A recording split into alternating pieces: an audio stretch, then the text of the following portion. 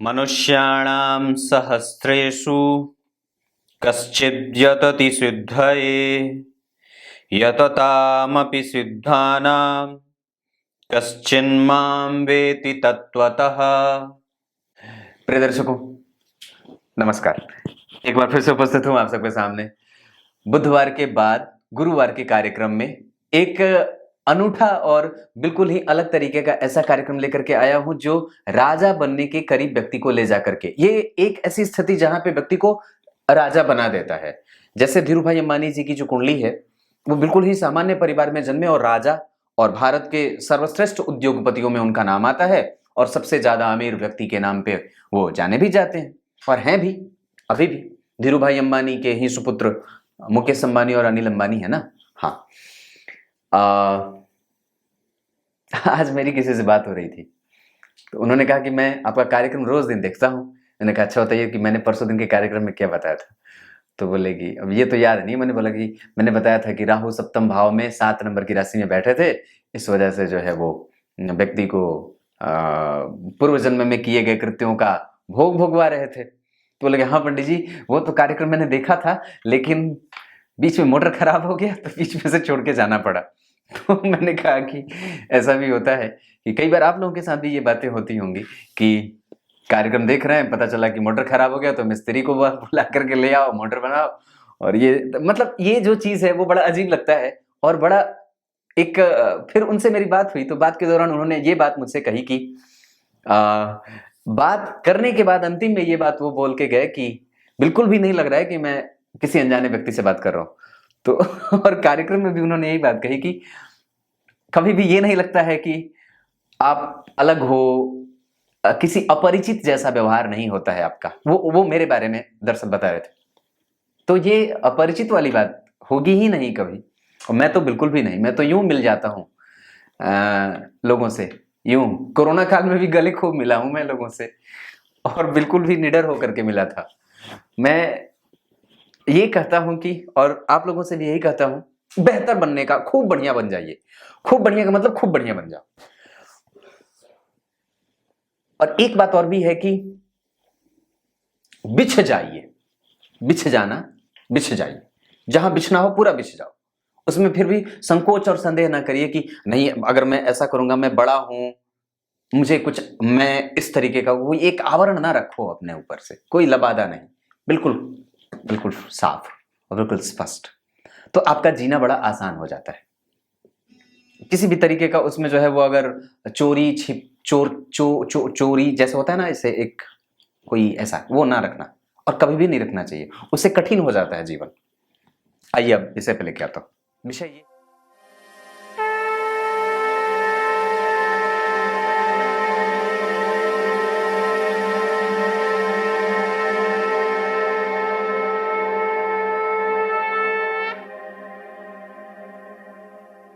विषय ये है कि कैसे किसी भी व्यक्ति की कुंडली में राजा का बनने का या राजा बनने का योग बनता है। धीरू भाई अंबानी जी की कुंडली में, स्वर्गीय श्री धीरू भाई अंबानी जी की कुंडली में धनु लग्न की उनकी कुंडली है और लग्न में ही सूर्य और चंद्रमा बैठे हैं 12वें भाव में।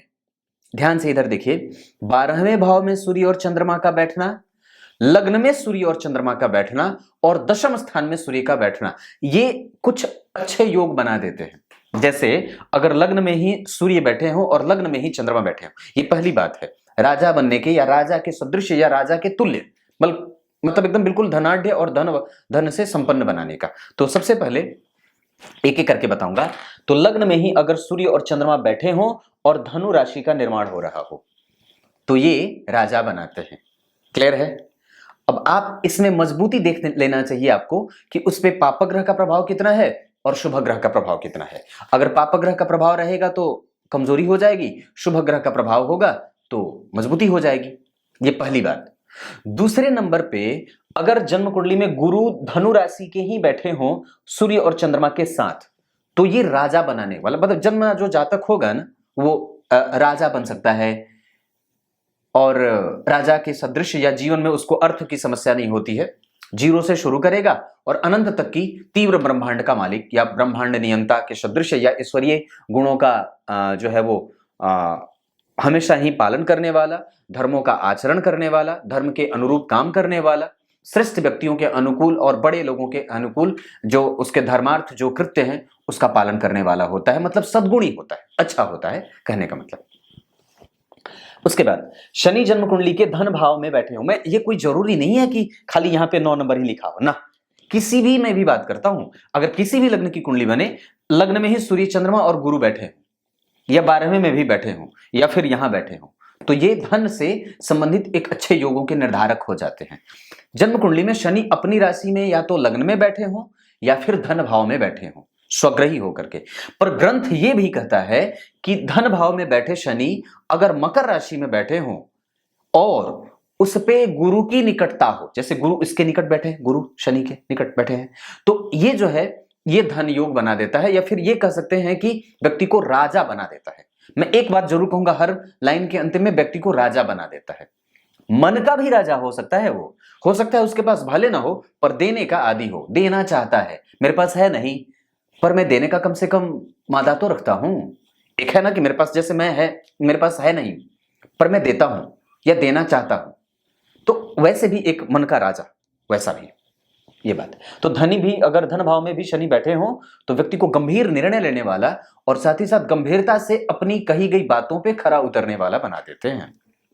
क्लियर हो रही हैं चीजें? ये दूसरी बात थी, नहीं दूसरी नहीं तीसरी थी ना, सूर्य चंद्रमा पहली वाली, दूसरे में गुरु बात बताई, तीसरे में शनि, चौथे में ये जोड़ लेना चाहिए कि गुरु उसके निकट बैठे हो या गुरु देख रहे हो। क्लियर है? अब आइए सीधा यहां लेके आता हूं, अकेले सूर्य यहां उच्च के बैठे हो या उच्च के चंद्रमा के साथ बैठे हो तो ये राजा बनाते हैं। हाँ, आप भी बड़े गिल हो रहे होगे, मैं भी राजा हूं बना, लेकिन काम भी करना होगा। ऐसा नहीं खाली योग देखे और रजाई में डाल करके मुंह सो गए, ऐसा नहीं है।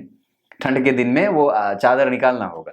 तो अगर सूर्य यहां छठे भाव में बैठे हो चंद्रमा के साथ, या तो 1 नंबर में या तो 2 नंबर में, लेकिन अगर उनके साथ किसी भी राशि में, अगर मान लीजिए 1 और 2 में से कुछ भी नहीं बना, लेकिन सूर्य और चंद्रमा यहीं बैठे और बुध भी साथ में बैठ जाए, या तो 3 नंबर में या 1 नंबर में या 2 नंबर में यहां पे, तो ये राजा बना देते हैं।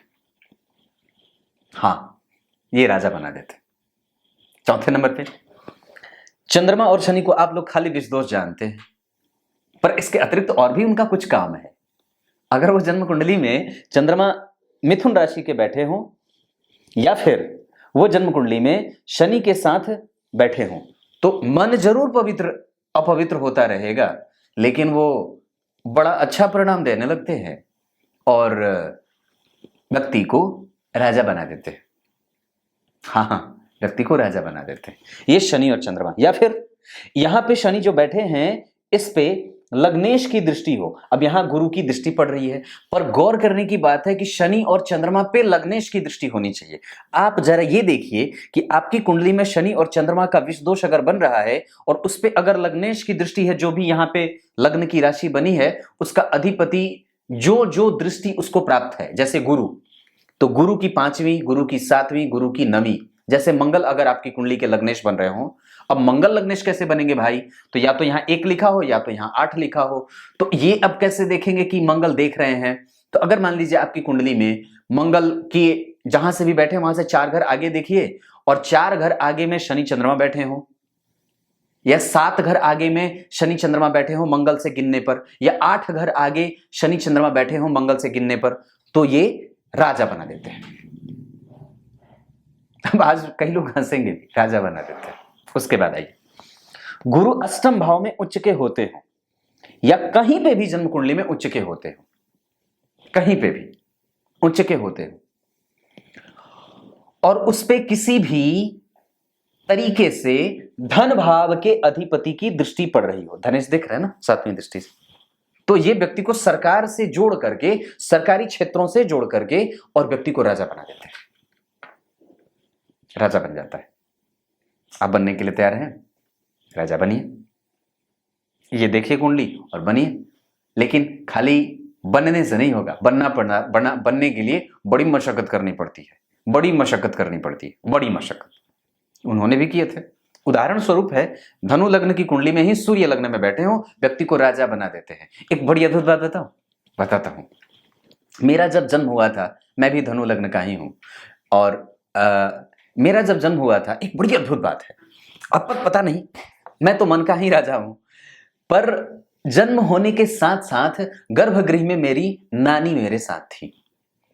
गोद में लेने के बाद उन्होंने सबसे पहले यही बात कही थी, अरे अरे अरे अरे अरे, ये तो राजा है। ऐसे कहा, ऐसे ऐसे उन्होंने बात कही थी, अरे अरे अरे, हिंद भोजपुरी में, अरे ये तो हमारा राजा हवन, ऐसे बोले थे। ऐसे उनके मुख से अचानक ये बात निकली थी। पता नहीं बना कि नहीं बना, हूं कि नहीं हूं, पर उनका आशीर्वाद हमेशा मिलता रहा। पर मैं आज तक किसी से भी मेरी लड़ाई नहीं हुई और आज तक मेरा कोई दुश्मन नहीं बना। इस मामले में मैं राजा जरूर मानता हूं खुद को। आप भी ऐसे ही, इसीलिए मैंने वो शुरू में बात कही थी, और कोई कनेक्शन नहीं था, क्योंकि ये बात जो राजा बनने वाली है, खाली धन का ही राजा राजा नहीं होता है, दिमाग और मन का राजा होना भी बहुत बड़ी बात होती है। उस मामले में मैं राजा हूं, आप हो, बनाओ। किसी से जलना नहीं, किसी की मतलब किसी को देख करके कोई द्वेष न रखना, किसी को देख करके उसके पीछे जैसा भागना नहीं, किसी से हिसाब किताब में कोई गड़बड़ी ना करना, कुछ अच्छा हमेशा बने रहने का प्रयास करना, ये राजा होता है। राजा वस्तुतः वो नहीं जो आप सिंहासन पे बैठे हैं, पता नहीं क्या है क्या है, वो राजा अलग है। वो राजा एक पद के लिए होता है, एक समय के बाद खत्म। पर यहां का जो राजा होता है वो अपना हमेशा राजा होता है। आप यहां के राजा बनिए। उसके बाद यहां अगर मान लीजिए शनि उच्च के बैठे हो और शुक्र के साथ बैठे हो, या एकादशवें भाव का अधिपति एकादशवें में ही बैठा हो, तो राजा बना देता है। मेरे कहने का मतलब सिर्फ धन से राजा नहीं है, मन का राजा। और व्यक्ति अद्भुत बुद्धि का होता है, विचारवान होता है, श्रेष्ठ मति बुद्धि का होता है, और सहयोगी उदारवान उदार प्रवृत्ति का होता है, और कोई उसका दुश्मन नहीं होता है। हां, लेकिन लग्न का प्रभाव पड़ेगा, सूर्य का प्रभाव पड़ेगा, चंद्रमा का प्रभाव पड़ेगा, मंगल का प्रभाव पड़ेगा, तो जो जैसा बर्ताव करेगा वैसा करता है व्यक्ति। ये बात है। अब आइए आपको कार्यक्रम के आरंभ में बोले गए गीता जी के श्लोक का अर्थ बता देता हूं। गीता जी के 7वें अध्याय के 3 श्लोक में भगवान ने बात कही है। क्या कही है? हजारों मनुष्यों में से कोई एक मेरे पीछे भागता है, और उनमें से कई जब हो जाते हैं तब उसमें से कोई मुझे तत्वतः समझ पाता है, परमात्मा को। कई लोग मंदिर में जाते हैं, कई लोग भोजन भी लगाते हैं, पकवान भी पकाते हैं, और कई लोग जो है वो दर्शनार्थ, दर्शन के अभिलाषी भी हैं, पर सबको नहीं होता, और किसी किसी को ही होता है। ये बड़ी अद्भुत बात है कि वो हजारों में से कौन है। और मनुष्य यहां पे जो है, एकमात्र मनुष्य योनि ही ऐसी है, देवता भी इस योनि में आने को तरस जाते हैं, क्योंकि उनके पास सुविधाओं का अंबार होता है, और सुविधाओं के अंबार के कारण वो कई बार परमात्मा की भक्ति या उनका नाम जप नहीं कर पाते।